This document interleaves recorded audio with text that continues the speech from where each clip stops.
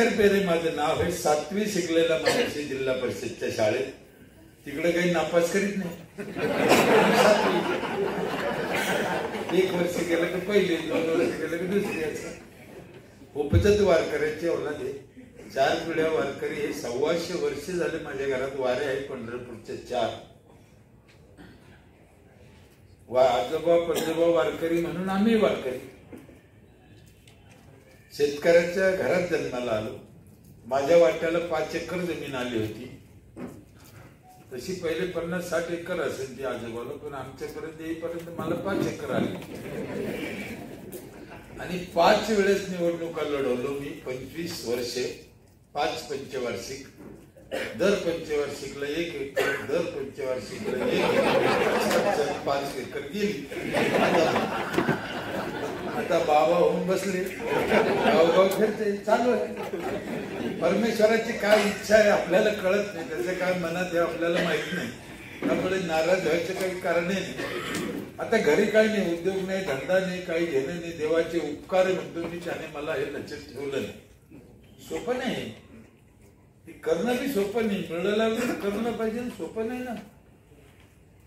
देवाचे आणखीन एक उपकार आहे, मला मुलगा पण नाही. किती भारी. कुठे गेला रे, कशाला चाललंय, काही विचारायला कोण नाही ना. 2 दिवस राहिले काय, 4 दिवस राहिले काय, काय टेन्शन नाही.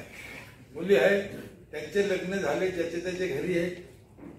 एका मुलीने शेजारीच नवरा केला आणि तिच्या मनाने केला. मला म्हणे पप्पा हे पोरग मला आवडतं. म्हणलं पटेव, त्याच्यानं होत.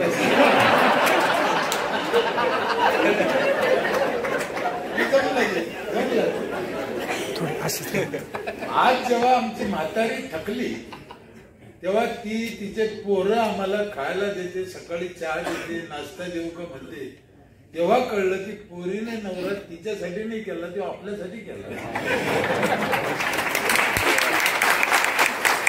वाटतं असतं ना, बहिणी बहिणी निघून गेल्यावर म्हातारा म्हातारीला कोण पाहिजे नंतर, म्हणून शेजारीच केला, एकदम शेजारी. देव करतो ते बरं करतो, काही डोक्याला ताण नाही असं मला म्हणायचं. तसंही मुली चांगल्याच असतात. त्या मुलीने ती इच्छा जेव्हा व्यक्त केली, मी भरकटच चाललो, विषय राहिल्या बाजूला, मी दुसरीकडे चाललो. त्या मुलीने ती इच्छा ज्या दिवशी व्यक्त केली त्यावेळेस जर मी तात्या झालो असतो. तात्या तुम्हाला माहिती आहे का? तात्या म्हणजे आरचीचा बाप.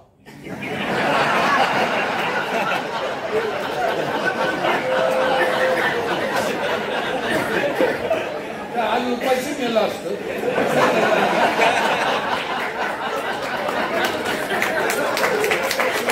मला हे याच्यासाठी सांगायचं की माणसाने काही निर्णय घेऊ नये. समय तुमच्यासाठी काही चांगला घेऊन येतो, शुभ संदेश असतो, थोडा शांततेने विचार केला पाहिजे. माणूस एकदम उठतो तसा आरबळल्यासारखा काहीतरी विचार करून काही निर्णय घेतो, मग भविष्यात त्यांची सजा भोगावं लागते.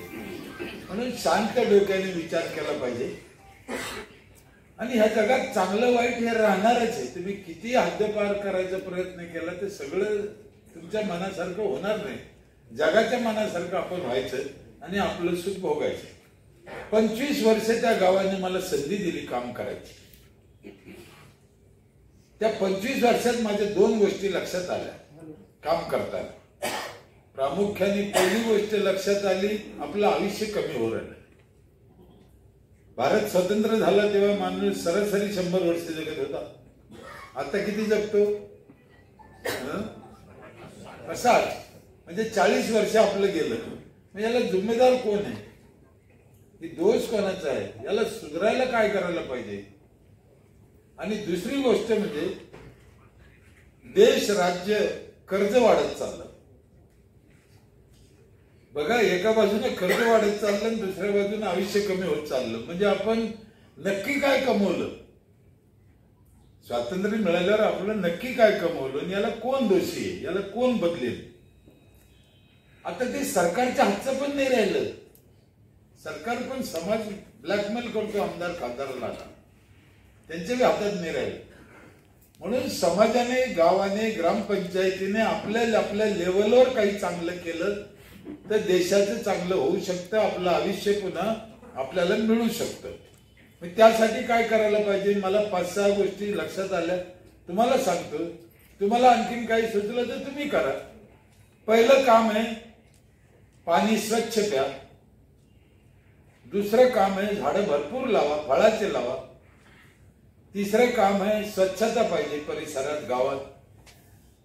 चौथं काम आहे मुलांचं शिक्षण चांगलं पाहिजे, संस्कारी. 5वं काम आहे बाहेरचं खाल्लं नाही पाहिजे, शक्यतो गावातलं घरचं खाल्लं पाहिजे.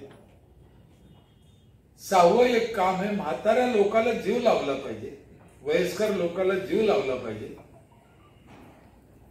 7वं एक काम आहे मला कळलेलं, ते जरा अवघड आहे, तुम्ही करताना का नाही मला शंका आहे. पहिले जरा सोपे करताना असं वाटतं. 7वं तुम्ही काय करणार नाही त्याच्यामुळे सांगू का नको मला शंका आहे. सांगू करताना ते 7वं काम असे दुसऱ्यावर जळायचं नाही.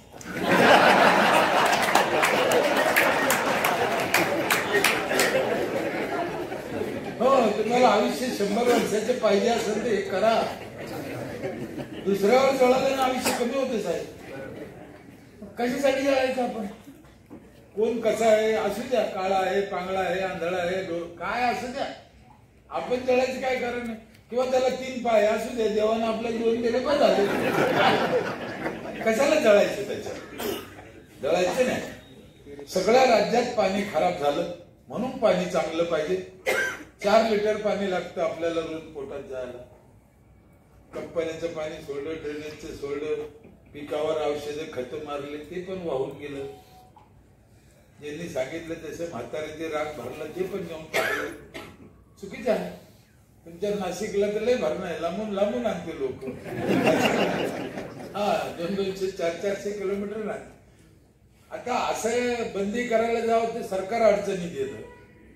ती चूक आहे, 100% चूक आहे.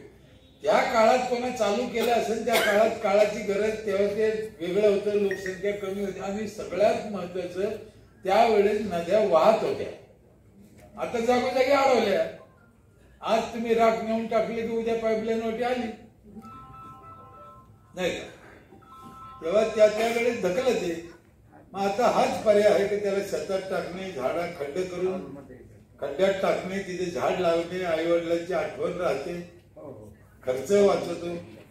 अशा जिथे जिथे जे जे शक्य आहे त्या गोष्टीने पाणी शुद्ध करून पिलं पाहिजे. झाडं भरपूर लावले पाहिजे, फळाचे लावले पाहिजे. तुमच्या कॉलेजमध्ये लय झाड, मला लय खुश झालं. मी पाहिलं एवढे झाड आहे आणि ते बी काय आजचे नाही, एवढे मोठाले वयस्कर झाड आहे. त्याच्यावर ती कल्पना येते की ते फार पूर्वी लावलेले आहे. झाडे लावा, झाडाशिवाय पाऊस पडत नाही. झाड हे पावसाची येते नाही, झाडाशिवाय पाऊस पडूच शकत नाही. पण हे काही लोक काही देते सांगून मग समाज चुकीच्या रस्त्याने जातो. काही लोक काय सांगते, पाऊस नाही पडला तर सप्ताह घाला, भजन करा, महादेवाच्या डोक्यावर पण टाका. 100% चुक आहे. मी सांगितलं मी उपजित वार करीन 4 पिढ्याची आमच्या घरात, पण सप्ताह घातल्याने कसं काय पाऊस पडेल? तुम्हाला सप्ताह घालायचा घाला, माझा त्याला विरोध नाही, तो विषय वेगळा आहे. आणि पाऊस पडायचा विषय वेगळा आहे. सप्ताह याच्यासाठी आहे ती 7 दिवसाची कार्यशाळा आहे. 7 दिवस शिकायचं, 358 दिवस काम करायचं, याच्यासाठी सप्ताह आहे. आज 7 दिवस सप्ताह घातला आणि 8व्या दिवशी पाऊस पडेल असं होईल का? नाही होत. आणि सप्ताह घातल्यानं जर पाऊस पडायचा असता वाघ साहेब, तर पाकिस्तानला कधीच पडला नसता. तिथे सप्ताह घालते का? काय हरप खरं आम्हाला काही सांगितले, काही डोके खराब करते हो लोकांचे. पाकिस्तानला पडला असता का? नाही असता पडला. म्हणून सप्त्याचा याचा काही संबंध नाही. जगद्गुरु तुकाराम महाराजांनी 400 वर्षापूर्वी सांगितलं, वृक्षवल्ली आम्हा सोयरे, झाडाला सोयरे म्हणले. आणि जो कोरोना आलता ना, माझं आडाणी मत आहे, कोरोना म्हणजे ऑक्सिजन कमी पडणं. लोकसंख्या जास्त, ऑक्सिजन कमी. मोठ्याला शहरात कोरोना काऊन आला? ऑक्सिजन कमी पडत होता, माणूस पडत होता. खेड्यात पुढे कोरोना आला. आणि तो पुन्हा कधीही येऊ शकतो. तुम्ही बघा एखाद्या यात्रेमध्ये तुमचा मोबाईल लागत नाही, कारण टावर एक मोबाईल अनेक. मग तुम्ही बाहेर जाऊन बोलायचा प्रयत्न करता, इथं रेंज नाही म्हणता. तशी ही रेंज कधी जाईल याची गॅरंटी नाही. म्हणून झाडं लावा. एका माणसाला 4 झाडाचा ऑक्सिजन लागतो. 4 झाडाचा 28 किलो. एक झाड देते 7 किलो म्हणते विज्ञानात सांगणे. झाडं तर लावाच लावा, पण फळाचे लावा. दुहेरी फायदा. पण लोक फळाची झाडं लावत नाही. लावले मी ते गुलमोहर लावून, अशोका लावून. मी लई जणांना सांगितलं फळाचे लावा रे बाबा, का लावत नाही तुम्ही? त्यांचं म्हणणं असे, रस्त्याला गल्लीत जर फळाची झाडं लावले तर पोरं ठेवणार नाही ठेवायचे, खातील. आता रस्त्याला हे सरकार लावतं ना काही काही गुलमोहर, अजून काही काही. त्याच्याऐवजी कौट असलं, चीच असले, आंबे असले, पेरू असले ते पोरं तोडून खातील. ही गोष्ट खरी आहे, खाऊ द्या ना. गुलमोहरला काय येतं? मग जांभळी लावलं, जांभळी खाल्लं पोरांना तर बिघडे काय तुमचे काय? पण पोरं खातील म्हणून फळाचे लाईत नाही. एवढा माणूस हलकट झाला. कसं 100 वर्ष जगन? मी एका गावात म्हणलो होतो, इतका जर तुम्हाला पोरायचा राग आहे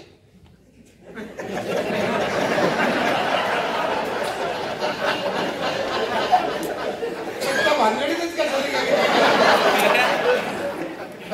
कशाला कोणता निघाला? रामदेव बाबाच्या आश्रमात राहणार काय? आणि आपल्या लेकरांनी फळं तोडून खायला आनंद व्हायला पाहिजे.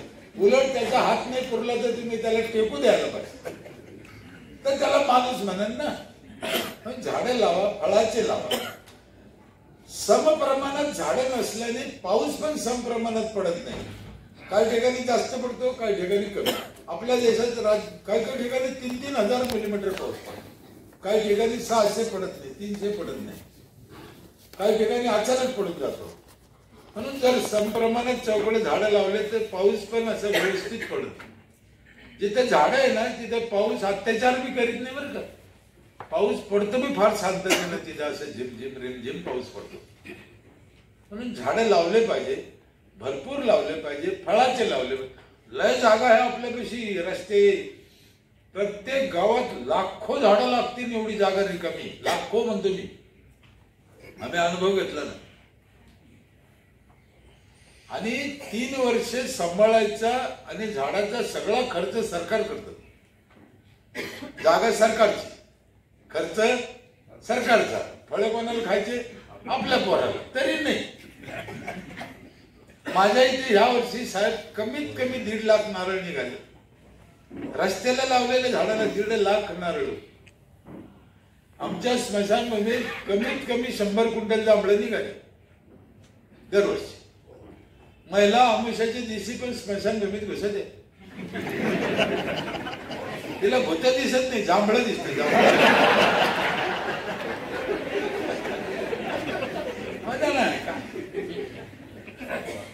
नाही, आपला असाच विचार पाहिजे तरच त्याला पुढे काही चांगले दिवस आले तर आलेला. माझी एक कल्पना आम्ही ह्या वर्षी करून पाहिजे थोड्याफार प्रमाणात. दुसऱ्या वर्षी जास्त करायचे. जे छोटे रस्ते असते ना गावात, 8 फुटाचे, 10 फुटाचे गल्ले, 12 फुटाचे, तिथे ताराचा मंडप करून वेल लावायची विचार. कमी जागेत झाडं लावता येत नाही अशा ठिकाणी वेल लावायची. आणि वेल कशाचे लावायचे? दोडका, भोपळा, कारला रस्त्याला. आणि पुढच्या वर्षीपासून आमचं इथं ते लावणार आम्ही पंचायत. ती बाईने तिथेच तोडलं पाहिजे दोडकन, लगे खाल्लं पाहिजे. काय बिघडलं? काय प्रॉब्लेम काय आपल्याला? मग तुम्ही विचार करा किती जागा शिल्लक आहे आपल्याला. पण आपली भावना चांगली नसल्यामुळे, आपलं मन चांगलं नसल्यामुळे आपण ह्या कृती करत नाही. कारण दुसरंच कोणीतरी खाईल, किती घेऊन जाईल, यालाच आपलं सगळं प्रॉब्लेम झाला. आम्ही पिठाची गिरणी टाकली होती 20 वर्षापूर्वी ग्रामपंचायतना. लोकांना मोफत टॅक्स भरणाऱ्याला.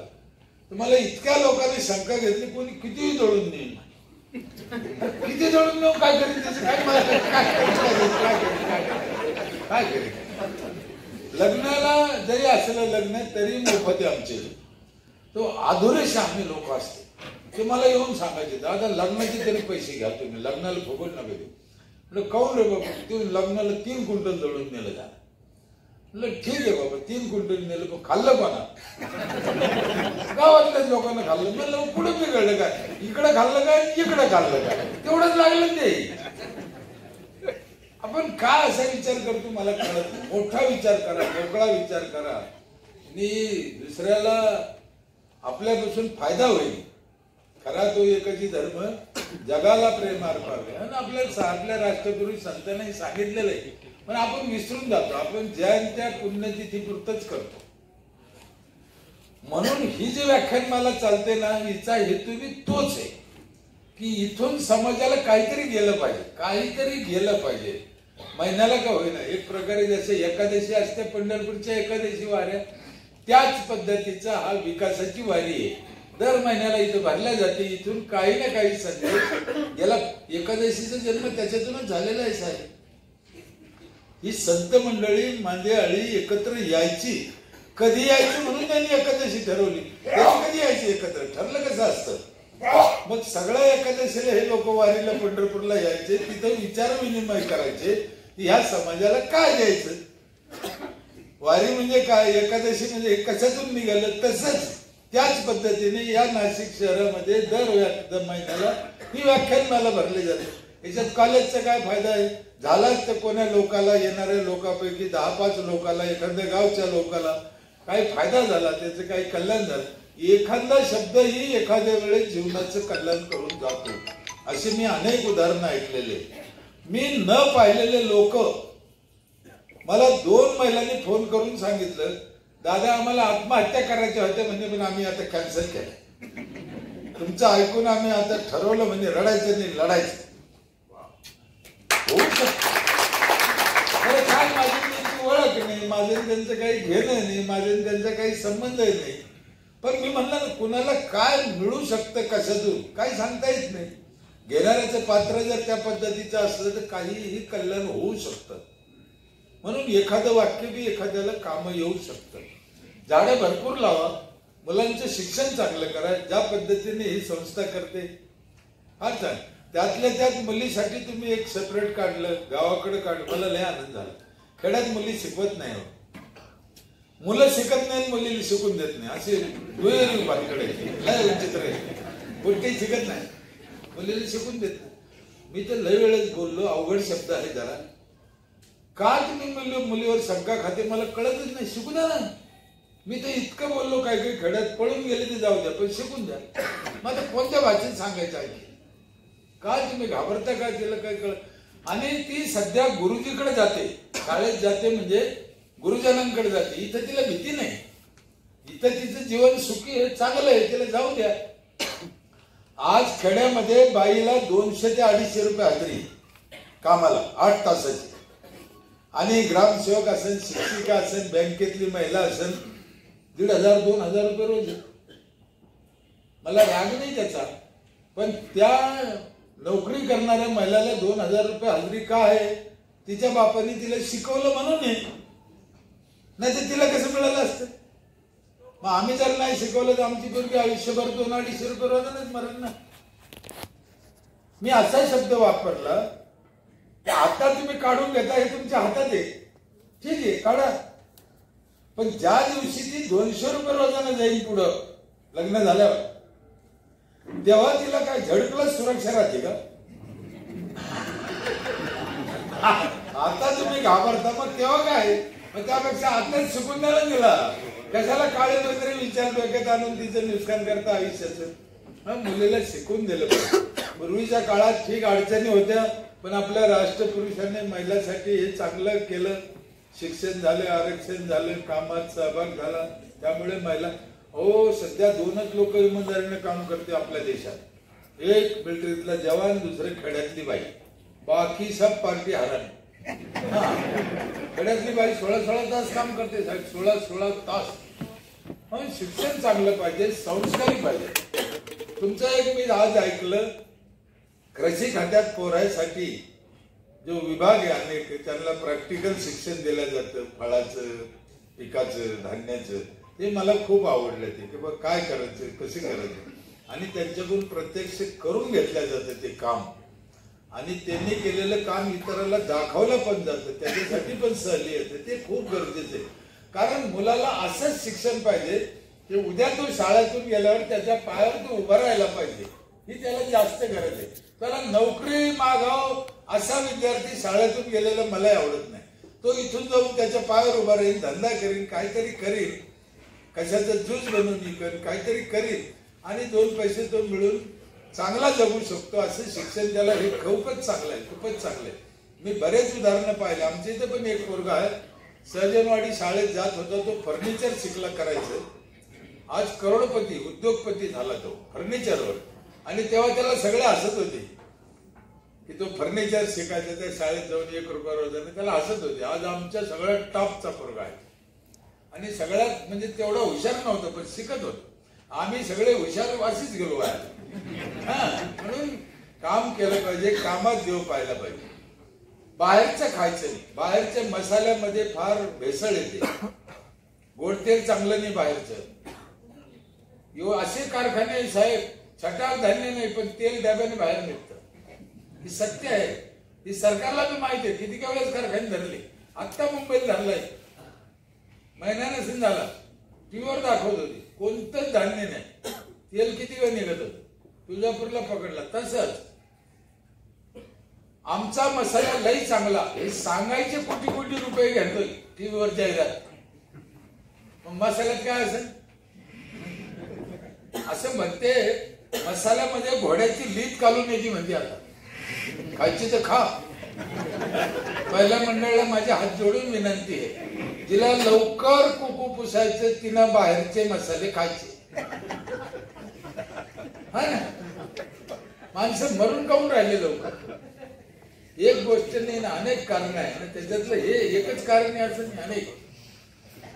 म्हाताऱ्या लोकांना जीव लावा, अतिशय महत्वाचा विषय. त्यांचा खर्च जास्त नसतो. त्यांना गोड बोला, 2 टाइमची भाकर द्या, त्यांचं आयुष्य वाढतं.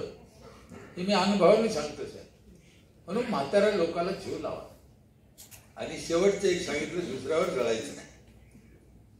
तुम्ही कमवा, तुम्ही मोठं व्हा, काय प्रॉब्लेम नाही मोठं व्हायला. आम्हाला सांगितलं जोडून या धन उत्तम यावाय. चांगल्या मार्गाने धन कमवा, चांगल्या मार्गाने खर्चा. दुसऱ्यावर जळायचं काय कारण आहे? काय करता? काही गरज नाही.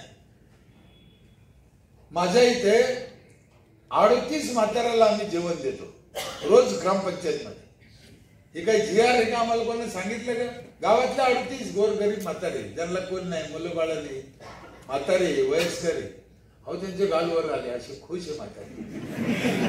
तो नुसते जेवणाला नाही आले, त्यांच्या डोक्यावरचा भार गेला. तेव्हा आता आम्हाला काय फिकीर नाही, पंचायत आहे आम्हाला, एवढा हाय या समानेच ते खुश आहे.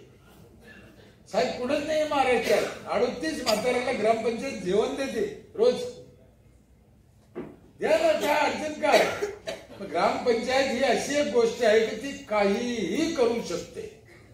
पण आमच्या सरपंचाला ती कळली नाही. आमच्या सरपंचाने कधी विचार केला नाही. त्यातले त्यात निळू फुले भाऊन सरपंच म्हणजे असा हरामखोर.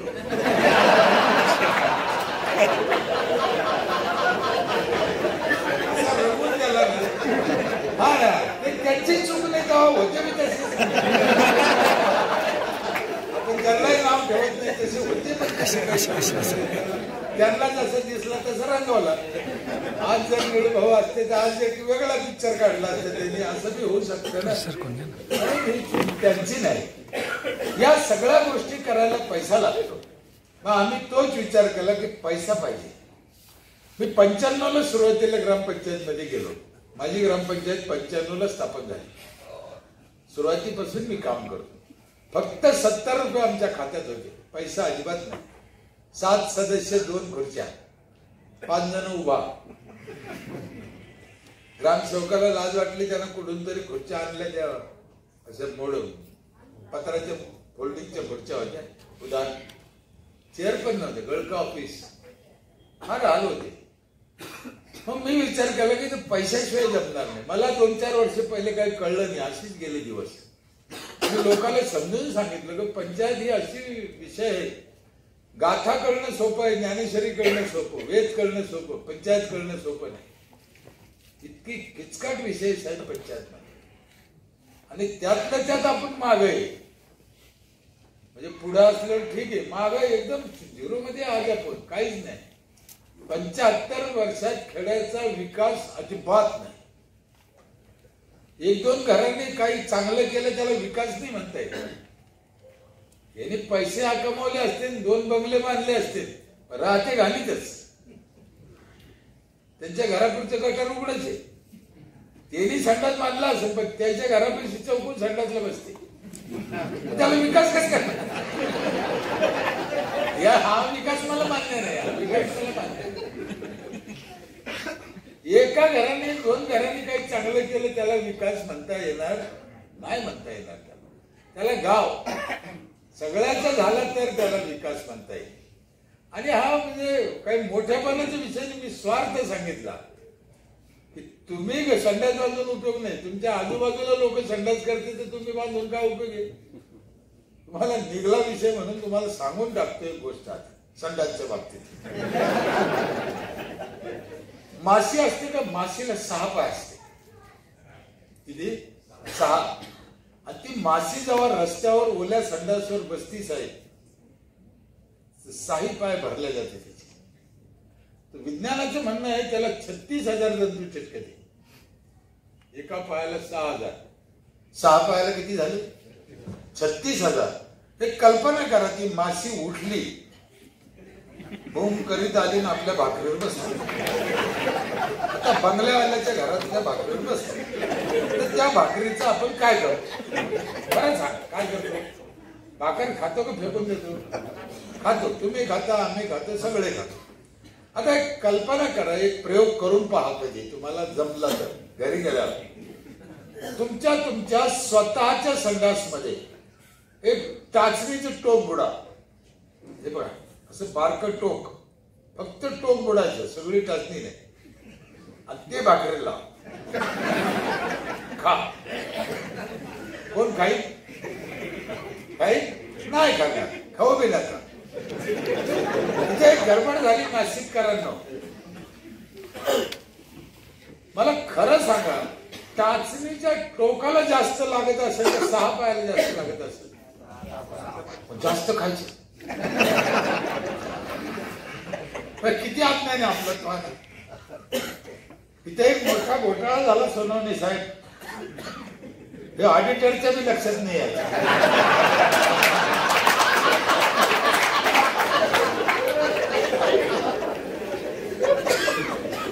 सुईच्या टोकानं लावलं ते आपलं स्वतःच होतं, ते आपण खात नाही.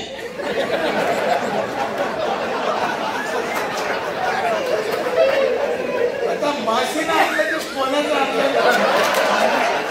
संजय गटाचं हे का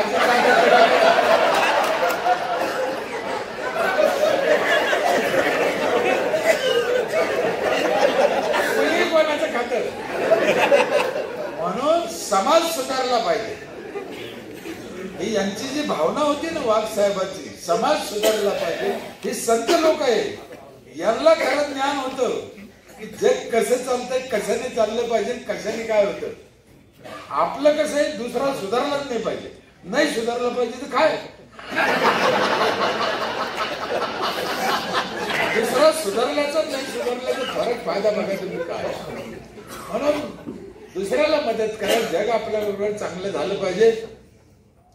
म्हातारे जीव लावा. मी तुम्हाला सांगितलं त्याच्यातच खरं मजा आहे. 38 म्हाताऱ्याला आम्ही जेवण देतो ते पण सांगितलं. माझे गाव तेव्हा हगलदारी मुक्त झालं 25 वर्षापूर्वी. मग मी लोकांना समजून सांगितलं की बाबा रे, टॅक्स भरल्याशिवाय आपल्या ग्रामपंचायत विकास होणार नाही. तुम्हाला आता 15वी तारीख आहे, 14वी तारीख आहे, त्यावेळेस पैसा नव्हता, अजिबात पैसा नव्हता त्यावेळेस. काही देतच नव्हते सरकार. काही तुम्हाला स्कीम करायची तर त्याला पैसे होते, पण डायरेक्ट ग्रामपंचायतला पैसे नव्हते. आता चालू झालं. मग आम्ही वर्षाचा खर्च किती, कुटुंब किती, या हिशोबाने टॅक्स लावला. थोडं थोडं वाढत गेलो. आजच्या घडीला माझा सरासरी टॅक्स आहे 5,000 रुपये एका. नीट ऐका सर, गणित मॅनेजमेंट हे महत्वाचं आहे. माझ्या गावचं 800 कुटुंब आहे, 5,000 रुपये पर कुटुंब साधारण, अवरेज 40 लाख माझे जमा होते दरवर्षी. 40 लाख. 32 लाख माझा खर्च आहे. 8 लाख मला नफा आहे दरवर्षी. सरकार देतं मला 40 लाख, ते वेगळे दरवर्षी देतं सरकार. आता काय अडचण नाही. आणि प्रत्येक गोष्टीला स्कीम पण आहे, ते वेगळे. मला 3-4 कोटी पुरस्कार मिळाले आतापर्यंत, ते वेगळे. कुठं पैशाची कमी? 5,000 आम्ही घेतो, पण सुविधा काय देतो लोकांना हे पण महत्वाचं आहे. आणि ग्रामपंचायतीने घेतलेला टॅक्स हा सरकारला जात नसतो.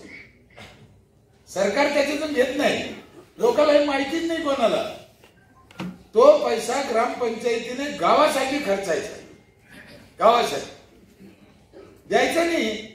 मग आपला पैसा आपल्यासाठी खर्चायचा, द्यायला काय हरकत आहे. पण दिलेला पैसा कुठं जातोय माहित नसल्यामुळे लोक पैसे देत नाही. माझ्या गावात 4 प्रकारचं पाणी आहे. जुन्या भांड्याचा नळ वेगळा, जायकवाडी धरणावरून आणलेला एक नळ आहे तो वेगळा. ते पाणी 3ऱ्या मजल्यावर जातं आमचं, जायकवाडी धरणाचं बगर मोटरचं. एवढा फोर्स आहे. बाईनं खाली नाही यायचं, पाण्यानं वर जायचं. 3रं पाणी 20 लिटरचं एक जार एका घराला रोज मोफत. कशाचेच पैसे लागत नाही. 5,000 भरला सगळे पाणी मोफत. एक जार केवढ्याला येतो? साधारण 20 लिटरचा कमीत कमी 15 रुपये. 15 पकडा ना. वर्षाचे महिन्याची 500, वर्षाची 6,000. आम्ही घेतले किती? बाकीचे 2 नळ फुकट. आणि 4था नळ आहे माझ्या इथे. सकाळी 5 ते 8 संपूर्ण गावाला आंघोळीला गरम पाणी येते सोलरवर तापवून. बाईला चुलीवर तापायचं नाही. गॅस नको, शेगडी नको, लाकडं नको, काय नको. नळाला येते गरम पाणी. नवरा म्हणला मला आंघोळ करायची, बाईच्या नळाकडे बोट करते, नळ तू करशील ते कर, नाही तसंच मला. पण आमच्या मराठवाड्यात काय पद्धत आहे साहेब, नुसतं तापून द्यायचं नाही. जिथं आंघोळीची जागा आहे राजाला नेऊन द्यायचं. कसं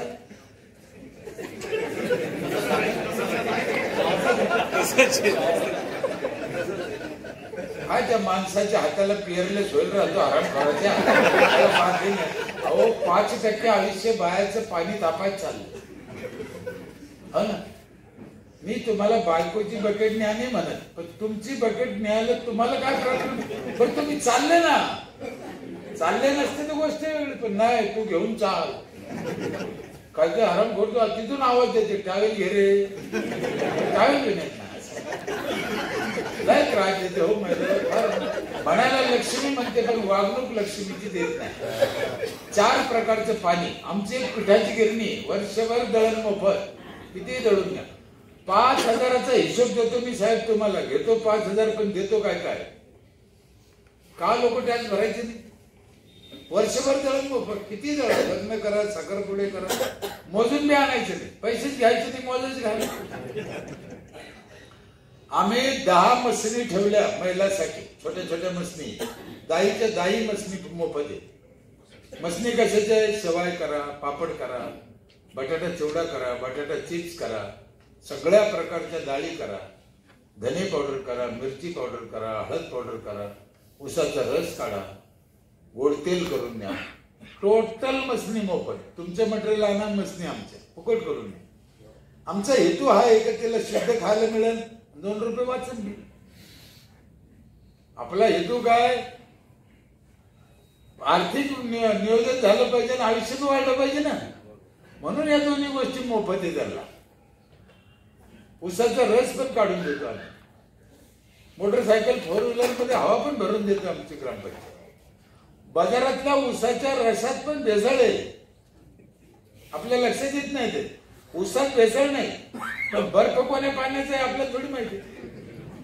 आपणच सांगतो टाक टाक.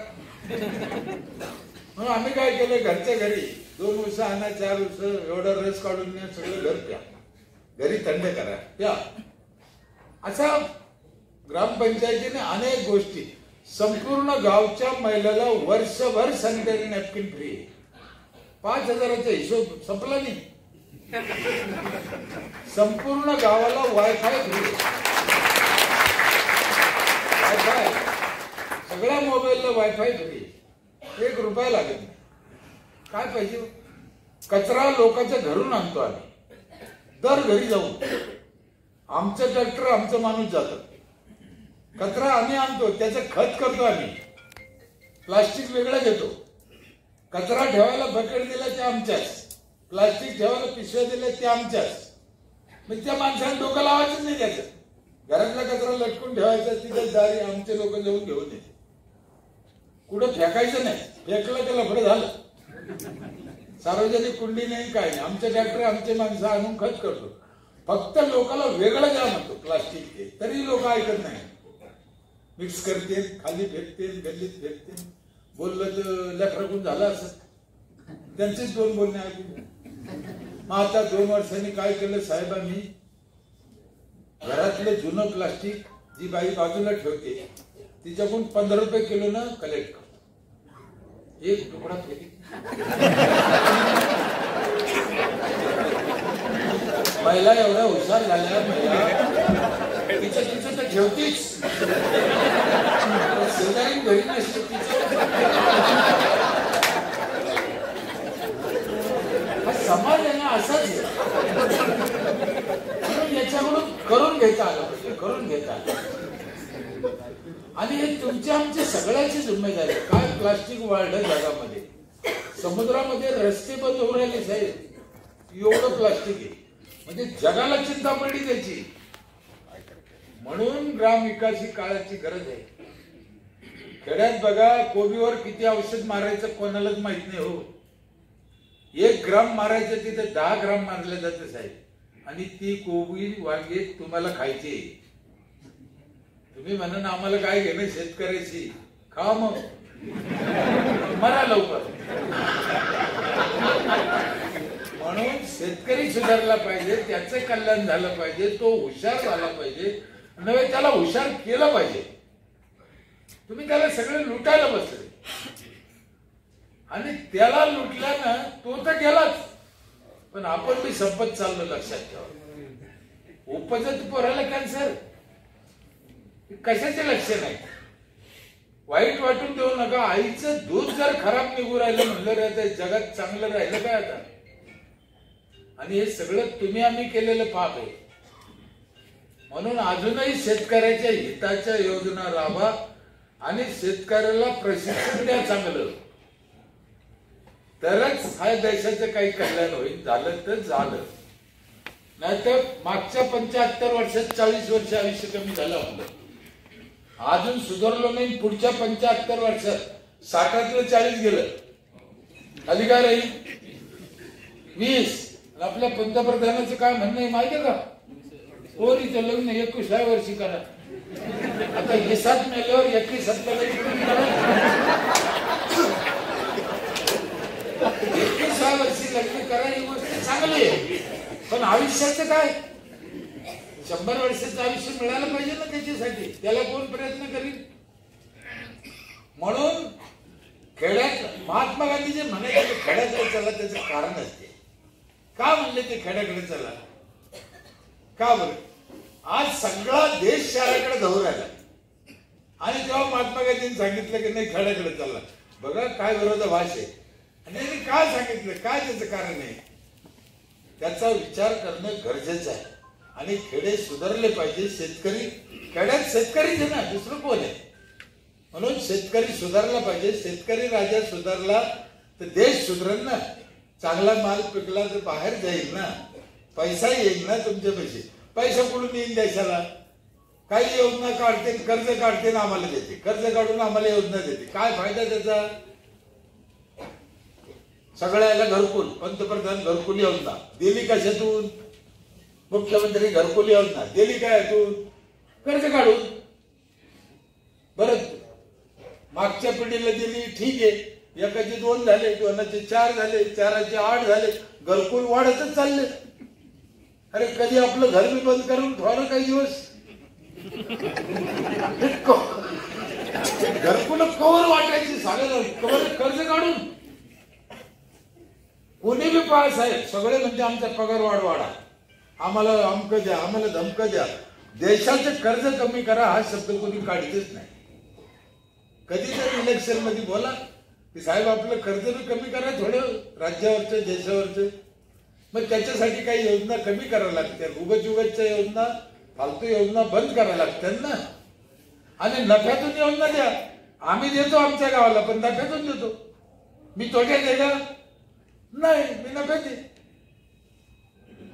शेती करायला माझ्याकडे ट्रॅक्टर आहे मोठा. 30% शेतकऱ्याला सबसिडी माझ्या गावामध्ये. म्हणजे 10,000 नांगरा मोगड्याचं जर बिल झालं तर 7,000 रुपये घेतो आम्ही. 3,000 रुपये शेतकऱ्याला माफ करतो. शेतकऱ्याला 30% सबसिडी देणारी भारतातली पहिली ग्रामपंचायत आहे माझी. होऊ शकतो साहेब, काहीच नाही. ट्रॅक्टर पंचायतचा सरपंचाच्या नावावर जे काय सगळं ग्रामपंचायतचं आहे आमचं. काय प्रॉब्लेम. एक फुकटची एक योजना आहे. जी बाई 1 एप्रिलला पहिल्या दिवशी पावती फाडील 1 नंबरची, तिच्या हातानं 15 ऑगस्टचे झेंडावंदन करतो आम्ही. पहिला मार्च महिन्यात झोपतच नाही. ग्राम चौकाच्या तोंडावर 5,000चं बंड. हे घे. आता ड्रा काढा लागतो आम्हाला. आता दुसरी पावती 26 जानेवारी, तिसरी पावती 1 मे, चौथी पावती 17 सप्टेंबर असं करायला लागतं. आता भांडणं हो राहिले, लय लोक भरू राहिले ना. तर अख्खं गाव भरणार. जे गोळानं मरते त्याला एंट्री घ्यायला पाहिजे. किती सोपं आहे. बरं सरपंचांना दोरी वाढा काय गरज आहे का? काय पडलं गावातल्या लोक पण ओढून घेतले झालं काम. काय त्याला काय काही झेंडा मंडळाला सगळे सरपंच झाले. बरोबर आहे काय? असे मूर्ख जन्माला आल्यावर काय कसं व्हायचं गावात? ग्रामपंचायत पंढरपूरच्या पांडुरंगाच्या मंदिरापेक्षा बी श्रेष्ठ असलं पाहिजे. कारण तो पांडुरंग तरी कमरावर हात आहे. युगे 28 झाले काढला नाही, पण आमच्या सरपंचाचा हात 24 तास मोकळा राहू शकतो जनकल्याणासाठी. हे त्याला कळलं पाहिजे. ते 4 वाजता गटारापाशी जर पडलं काय करतात त्याला? काय करतात त्याला? असे सरपंच मग आपली चूक आहे. असे सरपंच आपण निवडून देऊ नये ना. मतदानाच्या वेळेस विचार करा ना की मतदान कोणाला करायचं. शुद्ध बीजापोटी भले रसाळ पोटी. बघा तुकाराम महाराजांनी कशात काय लिहून ठेवलं, कशात काय सांगितलं अंदाज नाही. शुद्ध बीजापोटी मतदान हे बीज पेरणेच आहे. तुम्ही जसं बी पेरताल तसे फळ येईल त्याला पुढे. तुम्ही हलकट लोकांना मतदान केलं चांगली अपेक्षा करता, होणार नाही. त्या दिवशी मतदानाच्या दिवशी चांगल्या लोकांना मतदान करा. पैसे न घेता मतदान करा. दारू मटण न खाता मतदान करा. हो आता तुम्हाला सांगू का, पुढारी मटण पण घालत नाही. मला माहित नसेल गुपित सांगू का, तर वारकरी आहे सांगतो तुम्हाला. बऱ्याच ठिकाणी आता मटण नाही घाली. आमच्या तिकडे उघड झाली घटना. गंगापूर तालुक्यात निजामपूर म्हणून एक गाव आहे तिकडे औरंगाबादच्या कोपऱ्याला. तिथे नवरात्रामध्ये आमदारकीच्या निवडणुका होत्या ना. महिलांनी 9 दिवस उपास केला नवरात्र आईचा. काय खाल्लं नवरात्रात? काय खाता तुम्ही पटकन नवरात्रात? साबुदाणा भगर. आणि हे 9 दिवस प्रचाराला. याने काय खाल्लं? तिथे त्या नाल्याच्या कडेला पोलिसला पोते सापडले, रक्तबंबाळ पोते. 2-3 पोते बाहेर काढले नाल्याच्या, बांधलेले होते. पोलीस घाबरले. आतमध्ये काय आहे काय उघडून पाहिले. आतमध्ये कुत्र्याची मुंडकी निघाली. ही सत्य घटना. माझ्यापासून एक 15 किलोमीटर. धडे कुठे गेले?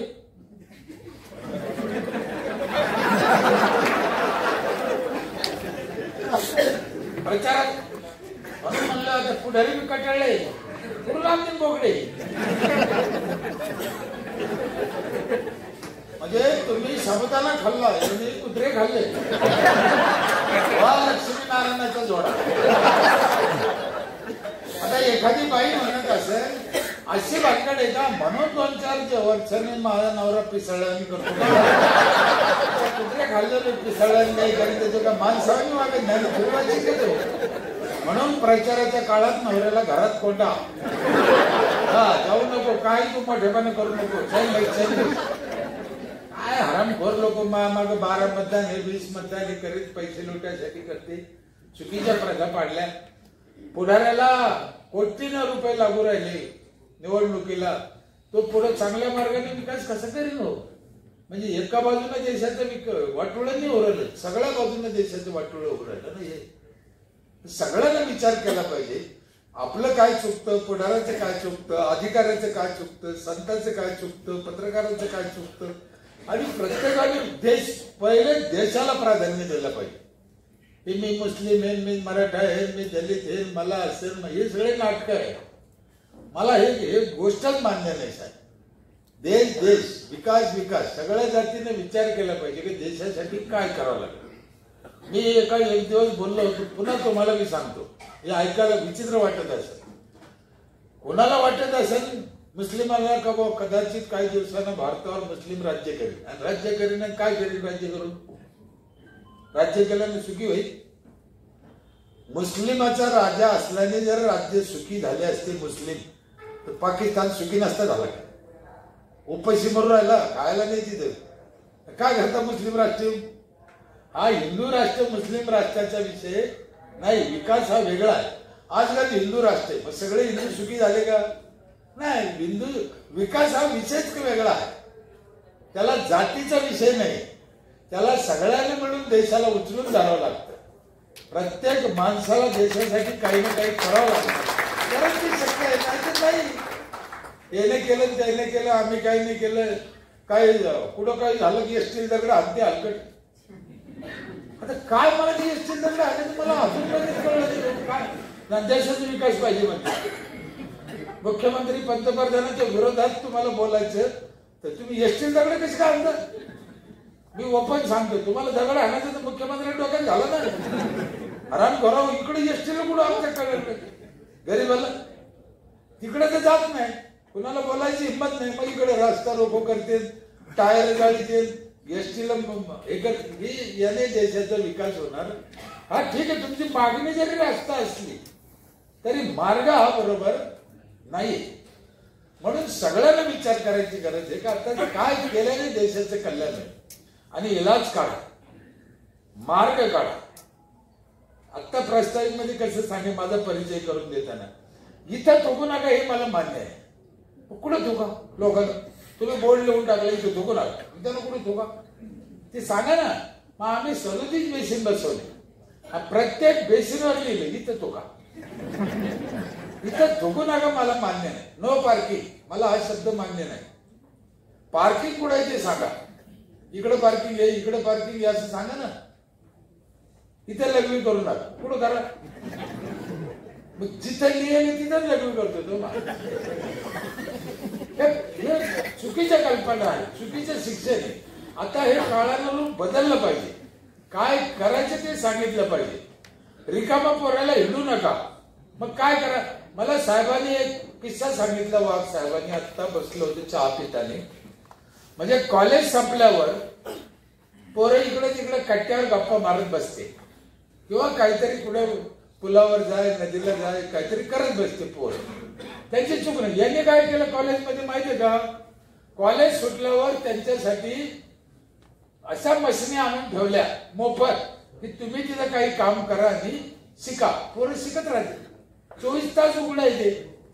म्हणजे घरच्यांनी जर पालकांनी फोन करून विचारलं पोरगा पुढे आणि तिथं काम करतो म्हणलं विश्वास बसत नाही. म्हणजे काही पालक येऊन पाहिजे.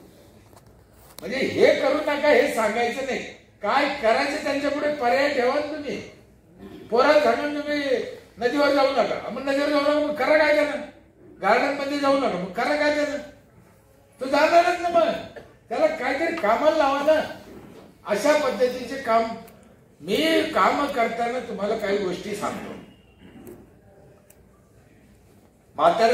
कोतारा ग्रामपंचायत मध्ये जर आलं, मी काम कसं करतो याकडे लक्ष द्या, किंवा माझी कामाची पद्धत कशी.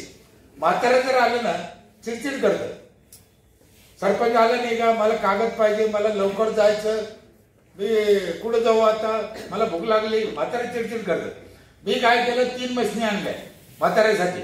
बाबा आले का तिथं बसायचं, परत जा आणि त्यांचे दोन्ही पाय घालून द्यायचे मशीन मध्ये, बटन दाबून द्यायचं.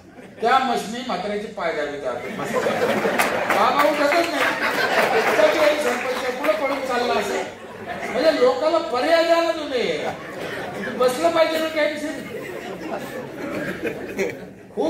केल्या मी अशी मृत्यूची नोंद करीत नाही खड्यात 1 वर्षाने इथे दाखला द्या म्हणते सरपंचाला 1 महिन्याच्या वर अधिकार नाही द्यायचा 1 महिन्यात नोंद केली जाईल नाही मग आम्ही काय केलं म्हातारीची नोंद करीत नाही लोक मग नंतर भांडणं होते वाद होतो गावात ते म्हणते सरपंच तोड पाहून काम करतो असं होतं त्याचा गैरसमज होतो मग आम्ही काय केलं जे पोरग आई वडील मेरल्यावर ताबडतोब अर्ज करीन त्या दिवशी ग्रामपंचायतला तर त्याच्या बापाला जाळणारं इंधन लाकडं ग्रामपंचायत फुकट देईल मग त्या इंधनाच्या लालचीने ते अर्ज करतो नोंद होऊन जाते आपला कार्यभार साधला नीट समजून घ्या आम्ही जरी इंधन दिलं कोणाच्या पैशातून दिलं त्यांच्याच पैशातून आमचं काय त्याचं काम दोन्ही सांगलं ना काठी मोडली नाही सापी नेलं असे प्रयोग केले पाहिजे की जेणे वाद टाळत कटकटी होईल महिला लग्नाची नोंद करीत नाही शहरात लागल्या का खेड्यात करीत नाही आज एक बाई आली म्हणजे दादा माझ्या पोराची जन्माची नोंद करायची म्हणलं बैस बाई चांगली गोष्ट आहे तुझ्या पोराची नोंद करतो जन्माची नोंद करतो म्हणलं पण तुझ्या लग्नाची नोंद करेल का नाही दादा म्हणलं बाई कोणाचे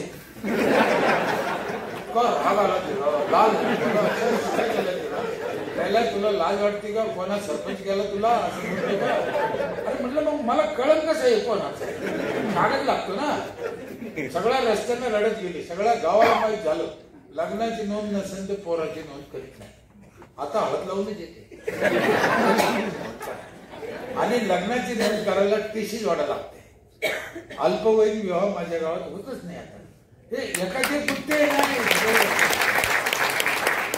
आम्ही मे महिन्यामध्ये प्रत्येक बाईला विचारलं होतं तुला रोप कशाचं आवडतं एवढंच विचारलं रोप कशाचं आवडतं झाड तिने जे नाव सांगितलं लिहून घेतलं जुलैमध्ये तेच आणून दिलं ज्या बाईने सीताफळ सांगितलं तिने सीताफळ दिलं कोणी लिंबुनी सांगितली लिंबुनी दिली पेरू सांगितलं पेरू दिलं लावणी म्हणलं तिला मी तुला आवडत म्हणजे काय केलं असेल तिनं लावलं तिला जर म्हणलं असेल सरकारी योजना आहे ती मला म्हणली असेल निघित सांगाय सरकारी योजना आहे तिच्या आवडीचं रोप द्यायचं एकदा वट सावित्री पौर्णिमेला वड लावून घेतली होती बायाकडून वट सावित्री पौर्णिमा असते ना ग्रामसेवकाला म्हणलं जाय वडा ग्रामसेवक म्हणे साहेब वड तुला गावात लाईत असते का तुम्ही असं काय करू राहिले वडाला लई जागा लागते म्हणलं आपल्याला लावायचे नाही महिलाला भेट द्यायची तरी महिला लावणार नाही म्हणे म्हणलं कोणी सांगितलं तुम्हाला लावणार नाही लावू का नाही लावू आपल्याला त्यांना भेट द्यायची ही सत्य घटना आहे बरं नीट ऐका महिला हो शांत डोकं ठेवून ऐका आणले त्याने ग्रामसेवकाने त्याला नर्सरीत 70 रोपं मिळाली किती घेऊन आलं मला म्हणजे 70 आहे ना लहान ग्रामपंचायतच्या पुढे ठेवले दुसऱ्या दिवशी वट सावित्री पौर्णिमा होती माझ्याकडे लाऊडस्पीकर आहे दौंडी द्यायला 18 लाऊडस्पीकर यायचा एका ठिकाणी बोललं का दर घरी ऐकू जात शिपायाला दौंडी लिहून दिली म्हणलं वाच ही दौंडी सगळ्याला ऐकू गेली पाहिजे दौंडी काय होती उद्या वट सावित्री पौर्णिमा आहे त्याच्यासाठी ग्रामपंचायतीने वडाचे रोप आणले ज्या महिलेला वडाचे रोप पाहिजे असेल तिने वड घेऊन जा आणि वड मोफत दे वट सावित्री पौर्णिमेला दौंडीत बरं का इथं नाही खरं सांगून नाही दौंडीतलं सांगतो वट सावित्री पौर्णिमेला वडाची पूजा करणं लय पुण्याचं काम आहे काय वट सावित्री पौर्णिमेला वडाची पूजा करणं लय पुण्याचं काम आहे पण आपल्या आपले वड पूजा दुसऱ्याचे वड पूजू नका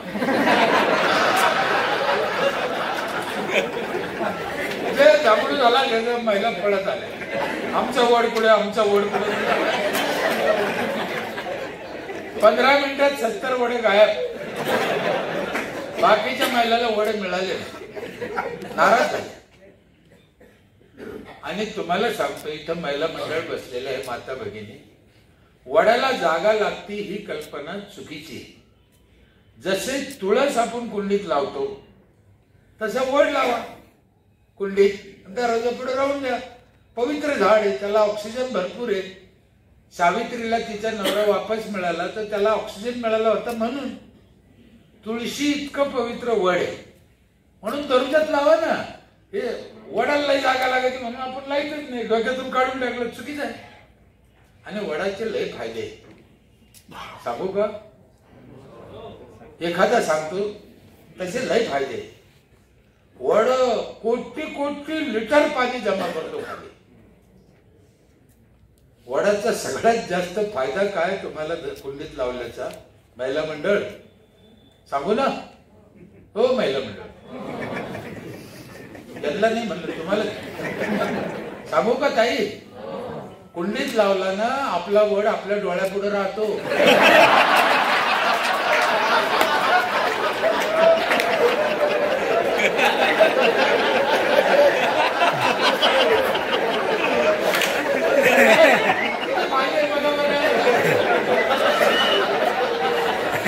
तिकडे वड्या फोड्याला जर लावला ना त्याला लय पारून द्या फोटो.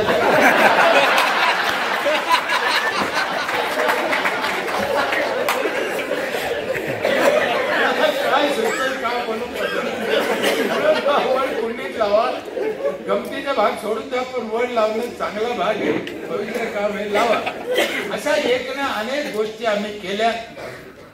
माझ्या ग्रामपंचायत मध्ये शासकीय कर्मचाऱ्याला सगळ्याला थम्स आहे. माझ्या इथे 42 CCTV कॅमेरे अख्ख्या गावात, पूर्ण गाव दिसतं ग्रामपंचायत. बाई घराच्या बाहेर निघली तर पहिले पत्र घेते, नाही तर त्या मेल्याला ऑफिसात दिसत. चांगल्या गोष्टी ना करा, काय करा, खेडे सुधारले पाहिजे. मी आतापर्यंत 22 देशामध्ये गेलो. जग लय पुढे चाललं, बाहेर पुढे. ज्या देशात 5-5 वर्ष पाऊस पडत नाही आखातामध्ये, ही सत्य घटना आहे साहेब, 5-5 वर्ष पाऊस पडत नाही त्या देशामध्ये 24 तास नळाला पाणी. आमचे गाव वाहून चालले पण पहिल्या मजल्यावर येत नाही. त्या दुबईमध्ये 160 मजल्याची बिल्डिंग येते, काय नाव तिचं? बुर्ज खलिफा. 160व्या मजल्यावर पाणी जातं. साहेबांनी पाहिलं किती देश मध्ये गेले. आपल्या हे 2च देश बिघडेले, पाकिस्तान आणि भारत. बस जग सगळं पुढे चाललंय. या 2ला काय करावं मला काय कळत नाही. हे बस जाती जातीचं भांडणं आमके हे, या दोघांचा एवढाच विषय. याने विकास होणार. मलेशिया राष्ट्र आहे, मुस्लिम राष्ट्र आहे. दुबई मुस्लिम राष्ट्र आहे. काय विकास आहे? मलेशिया आत्ताच राष्ट्र आहे. जग अहो त्या दुबईच्या हुकुमशाही आहे, मुस्लिम राज आहे. सत्य घटना. तुम्ही बी आत्ता टीव्हीवर ऐकली, मी ते किती दिवसात सांगतो, मी माझ्या डोळ्याने पाहिलं. तिथं राम मंदिर बांधलं त्या राजाने. इथं आम्ही भांडणं करतो. बरं तुम्ही मला सांगा, त्या राजाला रामाविषयी प्रेम आहे का? मोकळं बोललं पाहिजे. मग त्याने मंदिर का बांधलं? हा, त्याला माहिती आहे भारतातले येडे येते ते 100ची.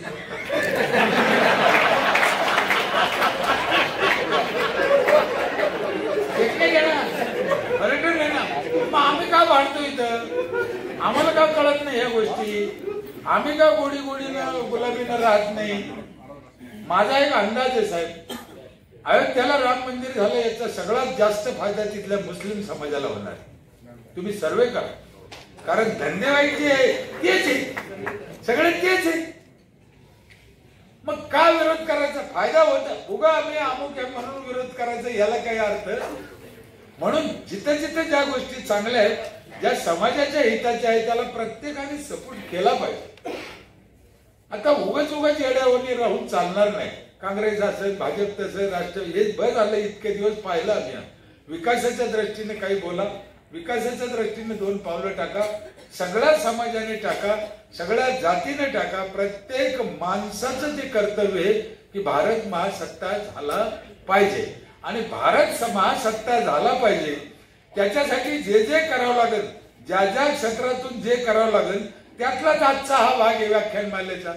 हे बी तेच भाग आहे की या दिवशी 1 महिन्यातून का होईना 1 दिवस चांगले विचार मांडले जातील, चांगले चांगले लोक येतील, काही ना काही शिकवतील.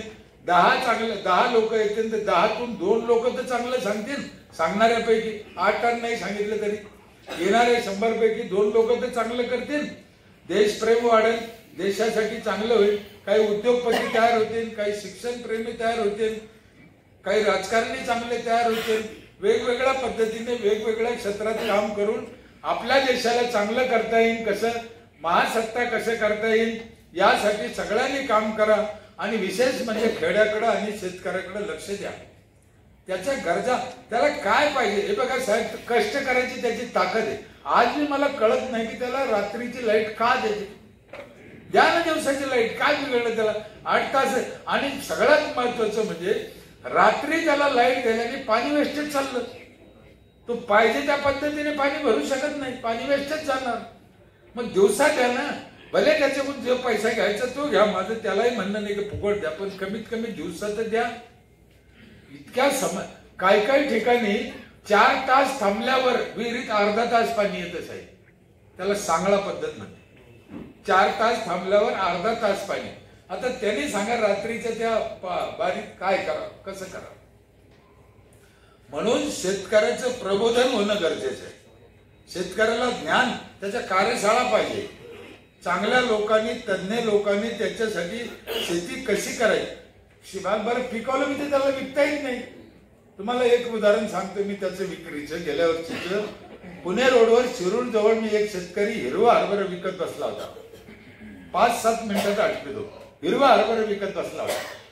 मी गाडी उभा केली, माझी खायची इच्छा झाली. म्हणलं बाबा केवढ्याच जोडी. त्यानं मला ओळखलं, अरे तू सरपंच आहे का म्हणे, गरम पाणी आलं. म्हणलं हा.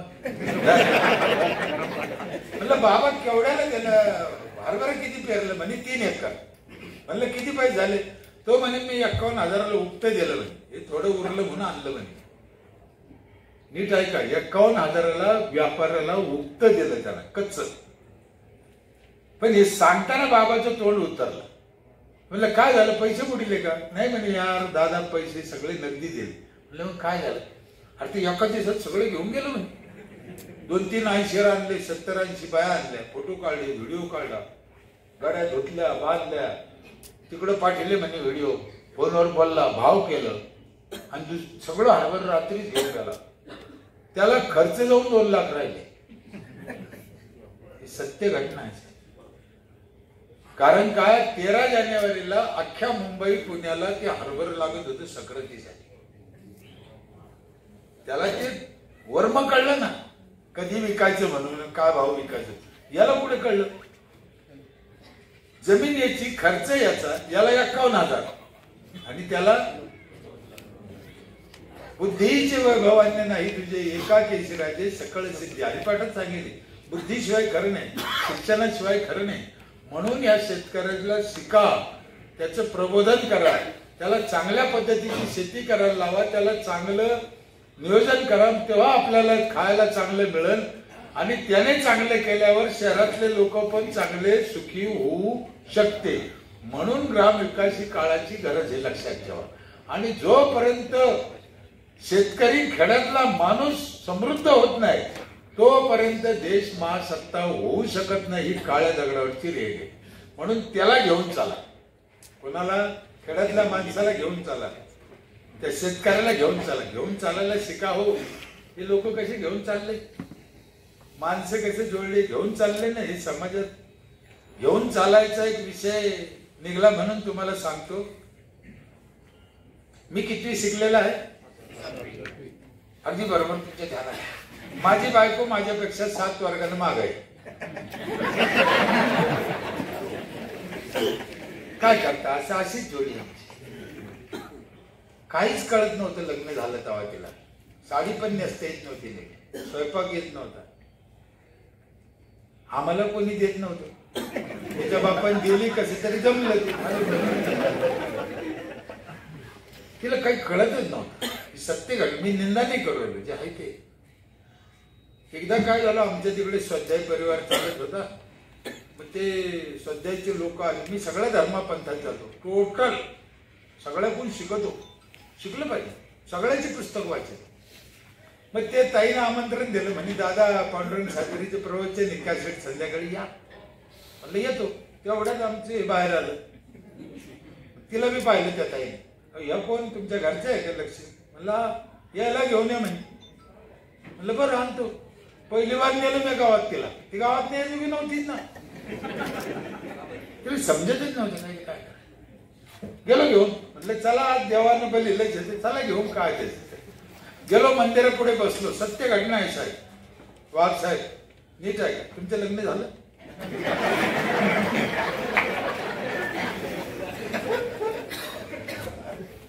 तिथे कार्यक्रमाला थोडा उशीर होता. मग ते आयोजक म्हणे आपण एक खेळ खेळू करमणुकीचा.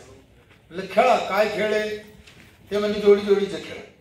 अरे बापरे, आता तर भरलीच आपली जोडी जोडीचे खेळ. एक तर पहिली बार आणायची नाही, आणली खेळ जोडी जोडीचा. मला तर घामच पडला. तिथं नाही म्हणता येईल ना. मी इथे सगळं नाही खेळ खेळत कस का म्हणून. सरपंच मी काय करायचं. बरं म्हणलं ताई आम्हाला खेळ शिकवा कसा आहे. तर सत्य आहे ताई. मग त्या ताईनं मला ते खेळ सगळ्याला शिकवला. 16 जोडे होतो. 16. तो खेळ असा होता, नीट आहे का, लक्ष्म्या ह्या बाजूने बसल्या, नारायण ह्या बाजूने बसले. 16. लक्ष्मी म्हणजे महिला, नारायण म्हणजे पुरुष. त्या लक्ष्मीच्या कानात जाऊन एक प्रश्न विचारत होते ते आयोजक आणि उत्तर द्यायचं कानात. कोणाला माहित नाही. तोच प्रश्न तिच्या नवऱ्याला विचारायचा, नारायणला. तोच त्यानं उत्तर द्यायचं. सेम उत्तर आलं तर मार्क, वेगळं उत्तर आलं तर मार्क नाही. असा तो खेळ. म्हणजे उदाहरणार्थ बाईला प्रश्न विचारला, आपल्या देशाचे पंतप्रधान कोण? तिने सांगितलं राहुल गांधी. तोच प्रश्न जाऊन तिच्या नवऱ्याला विचारला, आपल्या देशाचे पंतप्रधान कोण? यांनी सांगितलं नरेंद्र मोदी. तर उत्तर चुकलं, काहीच मार्क नाही. आणि दोघांना सांगितलं लालू प्रसाद यादव. 10 पैकी 10. हे कळलं? कसा सोपा खेळ. अरे बापरे म्हटलं. आता सगळ्या महिलाला प्रश्न विचारले. माझ्या बायकोवर बारी आली, तिला मी विचारलं. त्याला काय विचारलं मला माहित नाही, लिहून घेतो तिथे. मग जो प्रश्न तिला विचारला होता तोच प्रश्न येऊन मला विचारला. माझ्यावर बारी आलं. मला विचारलेला प्रश्न असा होता, तुमच्या पहिल्या मुलीची जन्मतारीख काय? मला 5 मुली. आता मला माहित होतं माझ्या पहिल्या मुलीची जन्मतारीख आहे 1/1/83. सांगायचं. खेळाचा नियम काय आहे? सारखं आलं पाहिजे. ती जर म्हणली असली 6 महिन्यात होईल.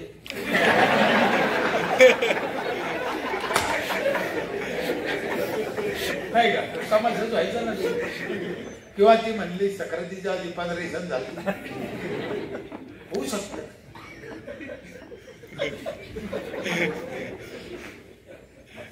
मी कशाची शपथ खाऊन सांगतो. मी विचार केला डोळे लावून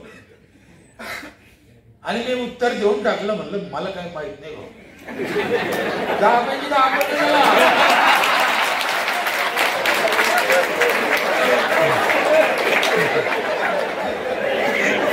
वास्तविक पाहता 1/1/83 याचं उत्तर मला माहित होतं, पण मी सांगितलं कारण मला त्या खेळात जितायचं होतं आणि मला माझ्या जोडीदाराला घेऊन चालायचं होतं, जे ह्या लोकांनी आयुष्यभर. जीवनाचा अर्थ कळला. तुमच्यापाशी किती पैसा आहे महत्वाचं नाही, तुम्ही किती शिकलेले महत्वाचं नाही, तुम्ही कोणत्या पदावर आहे महत्वाचं नाही, मग तुम्हाला किती जणांना घेऊन चालता येतं. जे काय रंगले गाजले त्याशी म्हणेल त्या घेऊन चालण्याचा जो आनंद आहे तो यांनी भोगला. नाही तर हे कवच मोठे झाले अशी पण तो आनंद यांना मिळू शकत नाही. साहेब काल आमच्या तिकडे मला निंदा करायची नाही, पण एक संस्थेवाले फरार झाले. फरार पोलिसाच्या धाकात. काय करता पैसा कमवून? सगळ्या महाराष्ट्रात त्यांच्या नावाचे बोर्ड आहे. गरुड झेप. एवढी गरुड झेप घेतली तर किती पडून गेले लांब पता. आपल्याला निंदा नाही करायची. कशासाठी आहे असं? हे जीवन किती सजवळ आहे, किती चांगलं आहे आणि पुढे त्यांची पिढी बी त्याच पद्धतीने काम करते. साधं सोपं सरळ, मान नाही, काही घेणं नाही. चांगलं जगा, चांगलं खा, चांगलं राहा आणि दुसऱ्याला घेऊन चाला. ही जी वृत्ती ह्या वाघ कुटुंबाची आहे, ह्या परिवाराची आहे, मी तिला मनापासून दंडवत करतो. इथंच थांबतो. जय हिंद, जय महाराष्ट्र.